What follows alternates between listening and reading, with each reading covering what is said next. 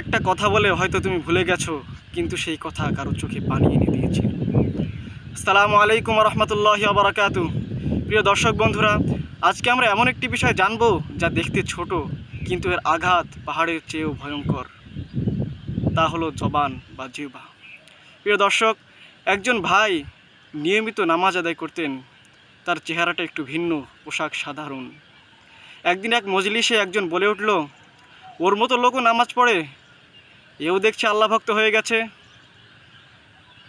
কিন্তু সেই ভাই সেটা শুনে ফেললেন। কিছু না বলেই তিনি মজলিস ত্যাগ করলেন। এই একটু কথায় তার অন্তর ভেঙে গিয়েছিল। মাসখানেকের মধ্যে দেখা গেল সেই ভাই নামাজ কালাম থেকে পুরোপুরি দূরে সরে গেছেন। কারণ একটা কথা, একটা অপমান, একটা ব্যঙ্গ। প্রিয় দর্শক, নবী করিম সাল্লাল্লাহু আলাইহি ওয়াসাল্লাম বলেছেন, জবান দিয়েই মানুষ সবচেয়ে বেশি জাহান্নামের মধ্যে নিক্ষিপ্ত হয়। এই জবান দিয়েই কেউ গীবত করে, এই জবান দিয়েই কেউ অপমান করে, আবার এই জবান দিয়েই কেউ আবার কাউকে ইমানের দিকে ডাকে। প্রিয় দর্শক বন্ধুরা, কথা চিন্তা ভাবনা করে বলুন, ভালো কথা বলুন, না হয় চুপ থাকুন। এই জবান দিয়েই আপনি কারো আত্মবিশ্বাস গড়ে তুলতে পারেন, আবার কারো জীবনকেই ধ্বংস করে দিতে পারেন।